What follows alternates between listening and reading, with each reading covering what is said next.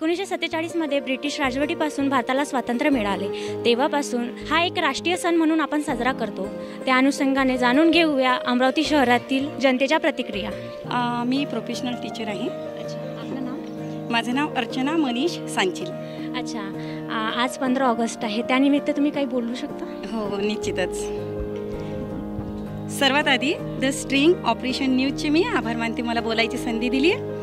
आज 15 August independence day. सर्वांना माझ्याकडून खूप खूप खूप लाख लाख शुभेच्छा. 15 ऑगस्टला आपला झेंडा खालून वर नेतात आणि तिथे फडकवतात.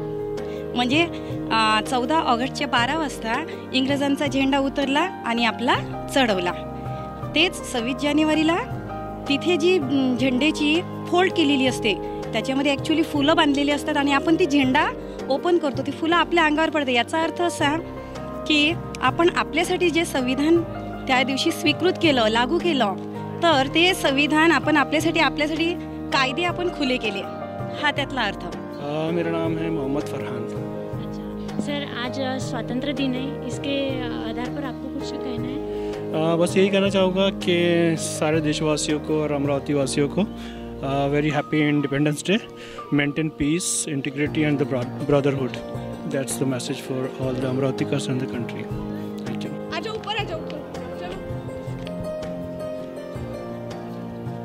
नमस्कार, माझं नाव कुलदीप राजपूत.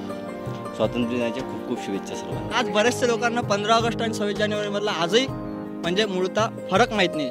ॲक्च्युअलमध्ये 15 ऑगस्ट 1947 रोजी आपल्या देशाला स्वातंत्र्य मिळालं, हा 15 ऑगस्टचा फरक आहे. आणि 26 जानेवारी 1900 समथिंगला मला साल नाही सांगता येईल, या दिवशी आपण गणतंत्र दिवस म्हणून आपण तो मनवला जातो. हा सगळ्यात मोठा फरक आहे मॅडम 15 ऑगस्ट आणि 26 जानेवारी.